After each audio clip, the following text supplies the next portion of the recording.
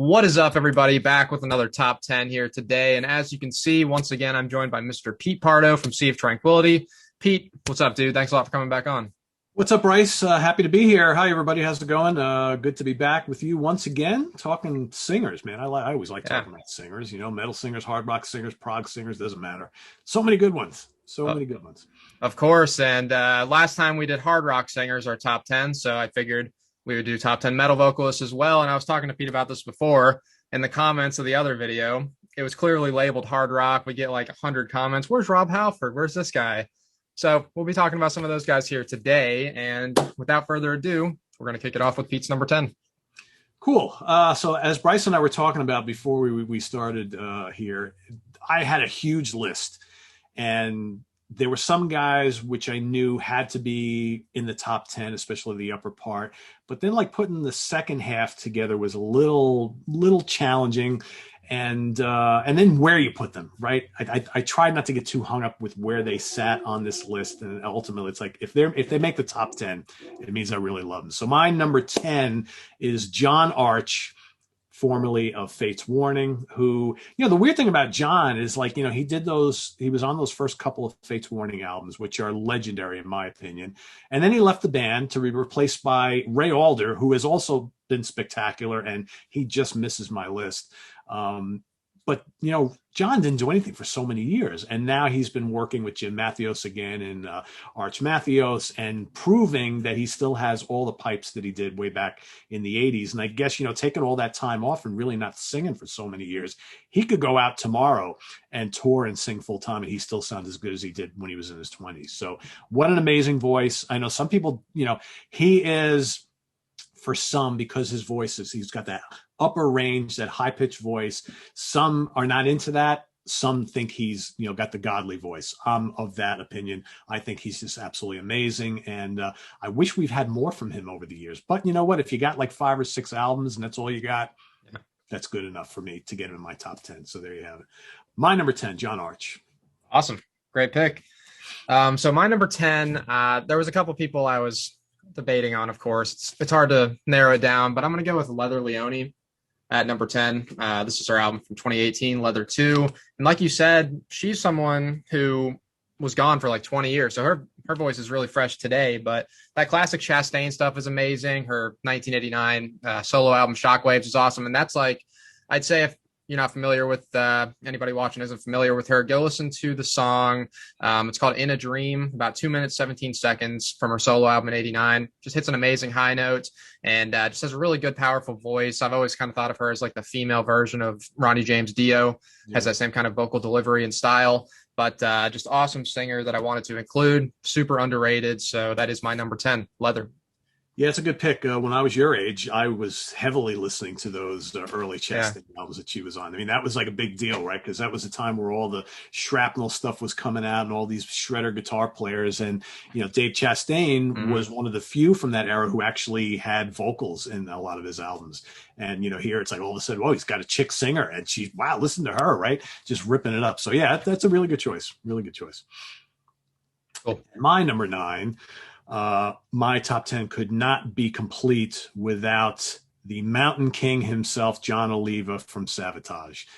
And, if I were to pick probably my favorite vocal performance on an album, it would be The Hall of the Mountain King, obviously, which is one of my favorite albums of all time. There's something about John Oliva on those first like 4 or 5 Savatage albums. I mean, he had that kind of like Halford thing, but he could be a little more growly. And if he wanted to do the King Diamond upper register thing, he could do that as well. And, big guy, just commanding presence. I saw them live numerous times back in the day, and what a voice. And I just don't think he gets mentioned enough for being one of the most important singers in heavy metal from the mid 80s all throughout the rest of that decade. So got to have him here, John Oliva. Yeah, I agree with everything you said. Amazing voice. You might be hearing about that in a few, but my number 9 is this is a guy I think is super underrated as well. I'm a big advocate for this era of this particular band, and I'm going to go with Tony Martin from Black Sabbath. I think, of course, he's in the shadows of Dio and Ozzy and all those guys, but if you listen through this stuff, he has a really good, powerful voice. maybe like the title track on this album, he sounds really cool. Devil and Daughter, I think that's one of the best Black Sabbath songs of all time, and just amazing voice. Got Headless Cross, got all the albums. Tear, big fan of his stuff, and he's just a fantastic singer that nobody likes to give credit to, which is unfortunate. But he's definitely got to be here on my list. Tony Martin at number 9.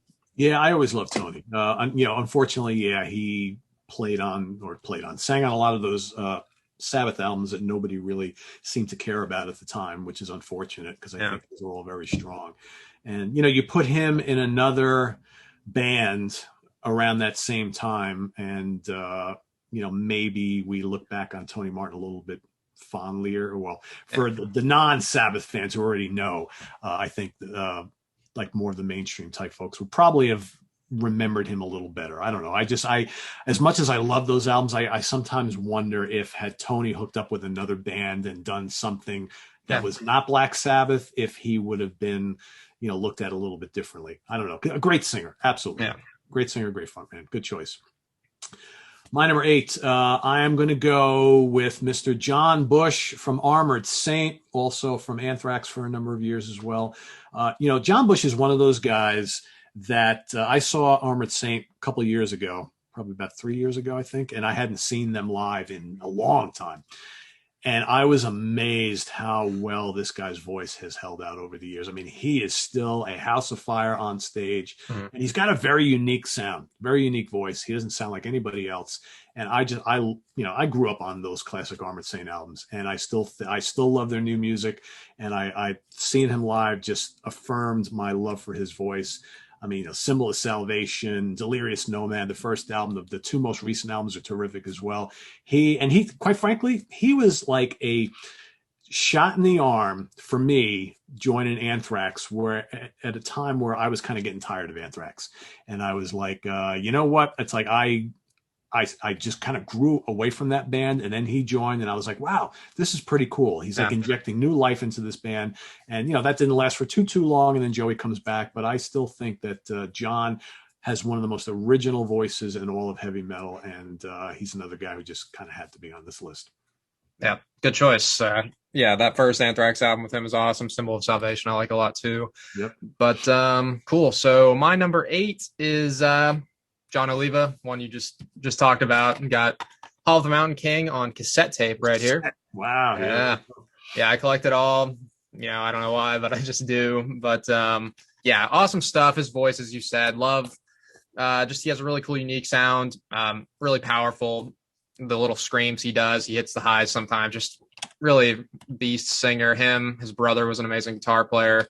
But I'd say Hall of the Mountain King is one of my top 15 albums of all time, and largely due to his voice. But awesome stuff. So that is at number 8 for me, John. Yep. And, he's been kind of missed. I mean, those John Oliva solo albums, Oliva's Pain, all that stuff, really strong, really good, underrated. Yeah. But man, I am like so jacked at the thought of another Sabotage album. Yeah. And, we'll see what happens, right? Because that's, he deserves to be in the spotlight once again. It's been way too long. So, for sure. Good choice. I'm glad he's on both of our lists. Yeah. So, all right. So this guy was like a late addition to my list. I had other dudes in here, and I just always really loved Michael Kiske. And I guess, loving this brand new, where the hell is it? Here somewhere. Hold on. Where is it? There we go. Just totally loving the new Halloween album, self-titled Halloween, which of course brings Michael Kiske back together, with Halloween once again, the classic lineup of the band. All their singers are just this big, like, Halloween love fest. But, more importantly, I have, because again, when I was your age, Keeper of the Seven Keys Part 1 and 2 were such an important part of my life. And Michael always sounded a lot like a young Jeff Tate, but I love Jeff Tate too, as you'll see in a couple of minutes. And I just love that vocal style. And, whether it's Michael Kiske or Jeff Tate or Midnight from Crimson Glory, those guys, I mean, just so melodic, so powerful. And you see them on stage and they knew it, right? They just own the stage. And Michael Kiske sounds better than ever. again, another guy who was off doing all sorts of things for all these years, and you almost kind of forgot about him. And now here he is back sounding like a young Michael Kiske again. And one of the greats, whether, power metal, heavy metal, whatever you want to call his kind of style, so important to the genre and always one of my favorites. Yeah, he is great. And that's a guy, I used to have him in my top 10. I dropped him to the honorable mentions, but he is definitely, like, he's literally at number 11, like sitting there in my like big list. But yeah, great choice. So my number 7 is a guy that might not be think of, by a lot of people as like an all-time great singer or anything, but I just try to go with, who do I like the best? I love this guy's voice, and that's Dokken from Dokken. I think, really great, smooth, melodic voice. Back in the day, those early Dokken albums are fantastic. I've got, again, the cassettes, Breaking the Chains, really love his vocals on the title track. Night Rider is a super cool song. Like, love his delivery on that. I believe you might know for sure, but I don't know if that's like the original Tooth and Nail cover. I remember that. Yeah. Yeah, it's like the hands coming up or whatever, but it's different than the other one that's more known. And got Back to the Attack. I've also got Under Lock and Key, which this is my favorite Dokken album, one of my favorite albums of all time. Just a lot of great stuff on here. In My Dreams, his voice sounds amazing on, but as I said, smooth, melodic, great stuff. So it's my number 7, Don. Yeah, he's one of those guys, and my next guy is another good example of that, where you look back at the classic period, they were so great, and even though they may not sing quite the same anymore, you still love them because of all the classic stuff. And I wore out Tooth and Nail and Under Lock and Key back in the day, and I still can listen to them today, and I have very fond feelings for both of them. One is a little more raw, a little more heavy. The other one's very, very polished, but the songwriting and the hooks are just like undeniable. And George Lynch's guitar tone on both of those albums are like impeccable. For sure. Absolutely. My number 6 is gotta be Jeff Tate. I mean, come on. Yeah. Jeff Tate in the 80s and into the early 90s was the guy. I mean, there were the other guys too, which, came out before Queensryche, and they are legendary for a reason. But Jeff Tate was the guy that I think that came out and everybody was like, holy shit. We thought Rob Halford was the be all end all. And then this guy comes out, and I still remember the first time I heard that EP when it first came out. I went over to a buddy's house. I was still in high school, and, he's like, look what I just got. Yeah, right there. And played that for me. And I was like, you'd never heard anything like that before. You thought that what you heard in the Judas Priest albums was that. And then you hear that album, and then The Warning and Rage for Order and Operation Mindcrime was kind of the culmination of everything that came before it. And, I have been very vocal over the years of not saying a lot of great things about the latter period, that middle period. I'm going to call it the middle period now, because I think Queensryche has righted the ship, and I think them with Todd are doing and making Queensryche music. But that middle period in Queensryche's career, a lot of really bad music, a lot of bad choices. I have not liked any of Jeff's solo stuff, but I don't want to bash Jeff Tate because I love him, right? I love all those classic Queensryche albums. He's going out now, and he's been releasing a lot of solo stuff, but people just want to hear the old Queensryche classics. So he's doing these tours and playing the old albums and all that kind of stuff, which is great because, if he's going to go out and just sing solo stuff, nobody's going to go. Nobody wants to hear that. But you can't deny him as a legendary vocalist, and I've always loved him. So he had to be right about in the middle, upper part of my list. So I got to give him all the credit in the world. And I was so into him back in the 80s, man. I still love the band, and those albums are just classic, and he's a huge part of it. Yeah. Great choice. And I swear to God, I kid you not, my number 6 is also Jeff Tate.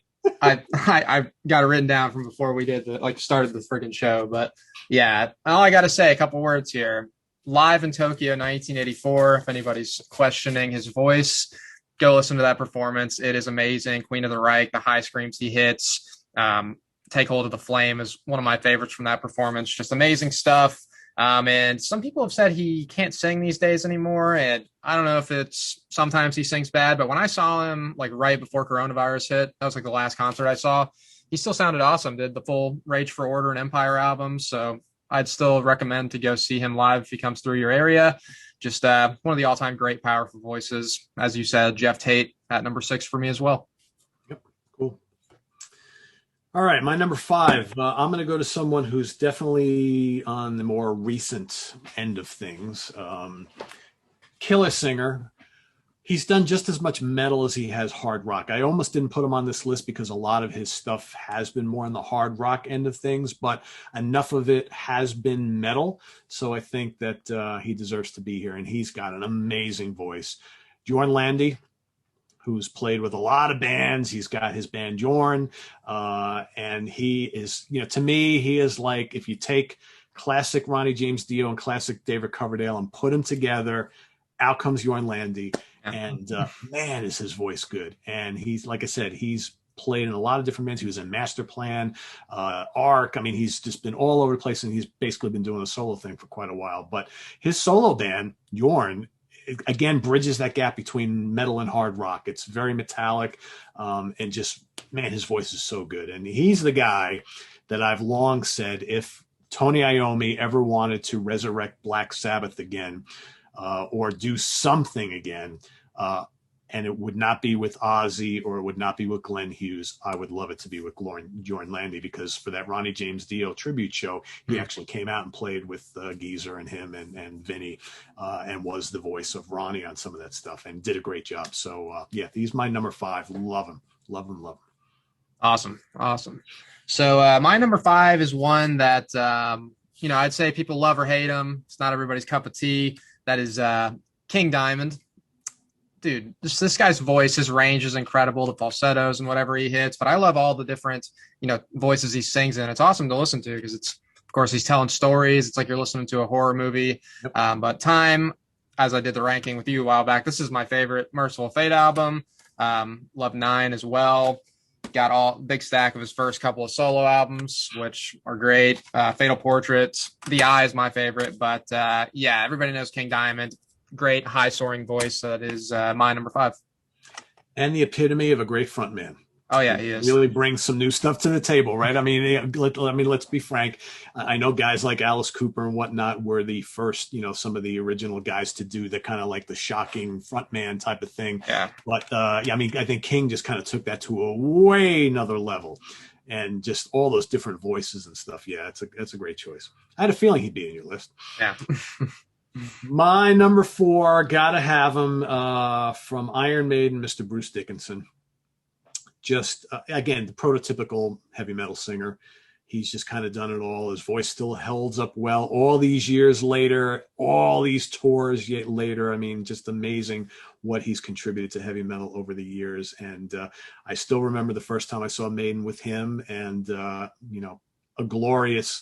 a glorious thing to look back on your childhood and remember, like the Number of the Beast tours and Peace of Mind tours and the big, huge Power Slave tour, where all of a sudden Maiden were like one of the biggest bands on the planet, and that huge stage show and all that kind of stuff. But and through it all, there is this guy who doesn't stand still 1 second, racing all over the place and hitting every note. And they call him the air raid for a reason. And yeah, he's my number 4, Bruce Dickinson. Love him. Great choice. Yeah, he's one of my favorites as well. But my number 4, I'm going to go with a guy who doesn't have the greatest range ever, but I think he has one of the most unique voices in metal. And that is, from my shirt here, I'm going to go with Blackie Lawless. I know I've seen, you don't love him, but you don't dislike him, from what I understand. But, I love Blackie. He is one of the masters, I think, of just creating really good vocal melodies and great catchy choruses. Just awesome stuff. Love this debut.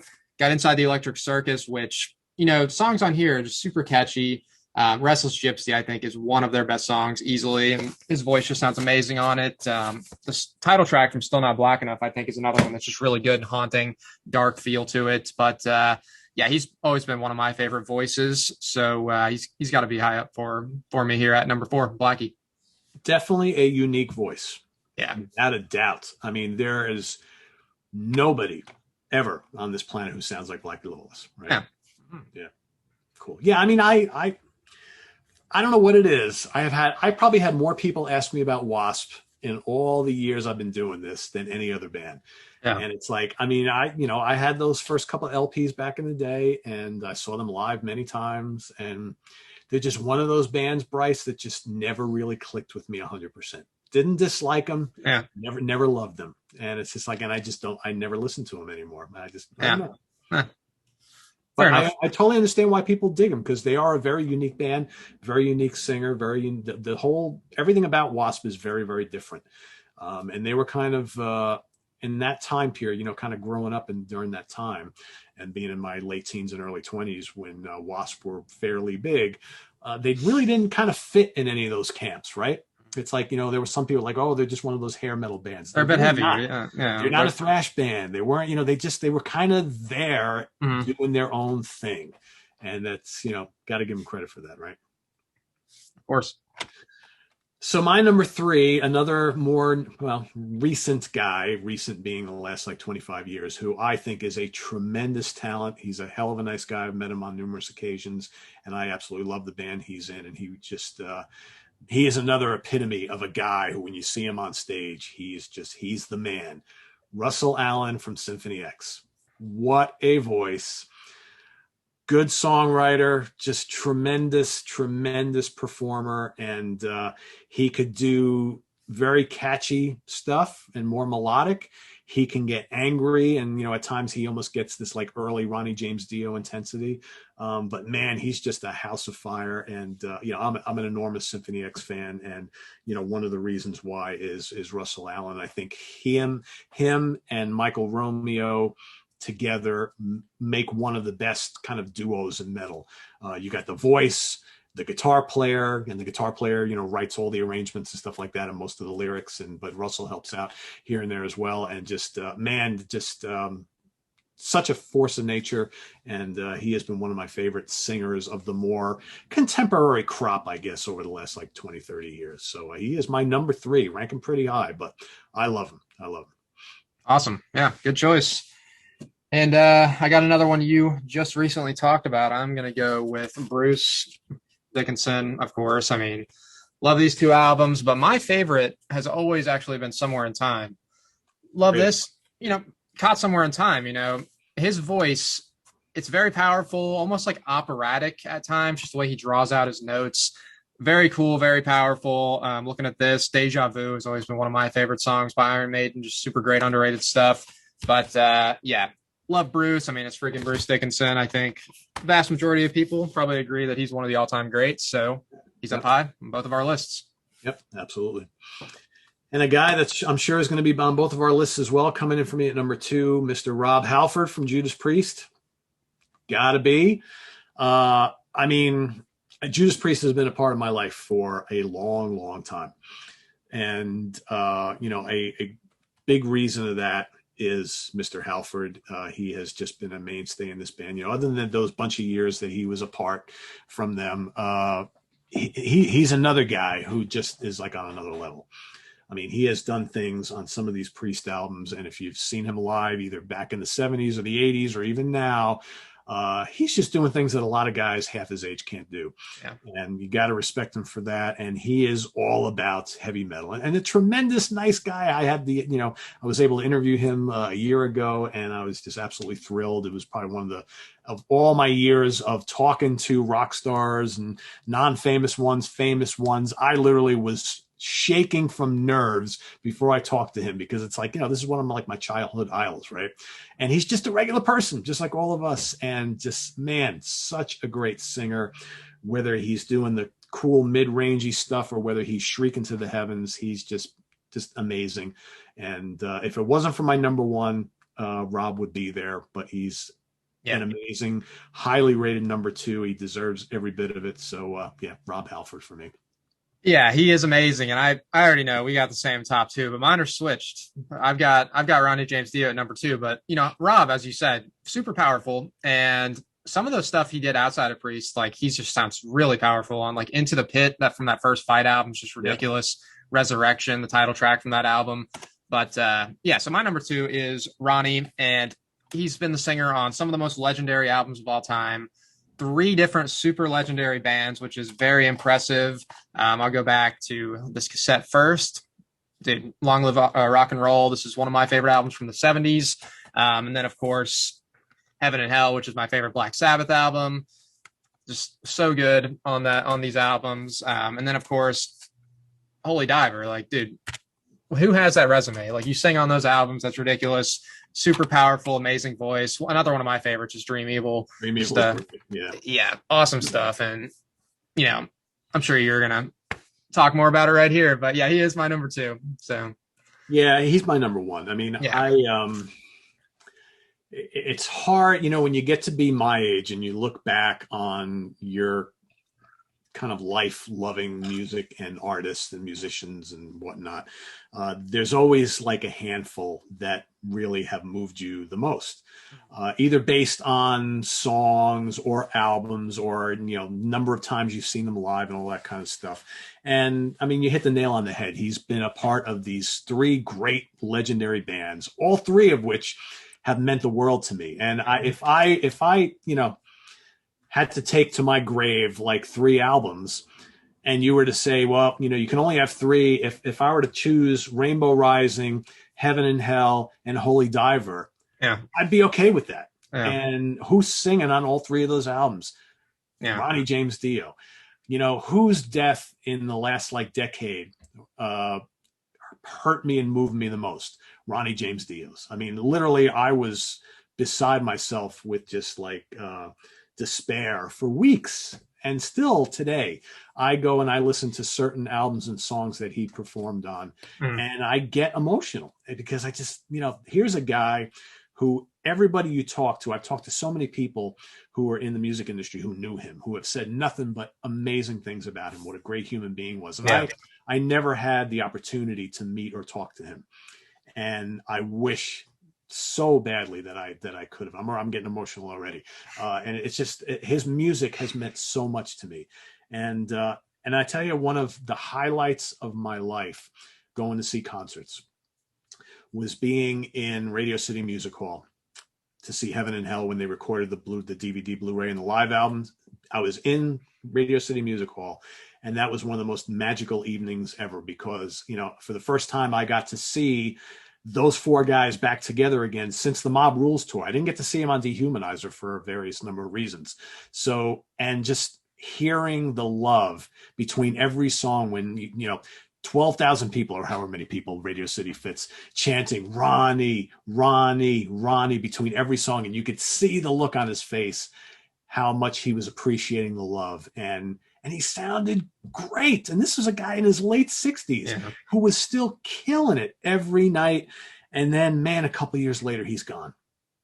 And it's just life is just so not fair sometimes. Yeah. And I think that we as fans are, we were really cheated out of what could have been a lot more music from this guy with those guys, because I know they were having such a blast playing together that we would have seen a lot more from those 4 dudes. And you're never ready to lose people you look up to, people you idolize and all that kind of stuff, or people you love that you're friends with. I don't think any of us were ready for that. And we all still miss him. To me, he will always be one of the greats of all time. And, he may be my number 2 favorite singer of all time because there's a guy who sang for Deep Purple all these years who I usually say is my favorite, but man, it's so close. And I love Ronnie to death. I just love his style. He was unique, and he sang on so many albums that just are so much an important part of my life. I know I've gone on and on here, but no, it's fine. That's great. I just love Ronnie to death, and I miss him. And he's my number 1.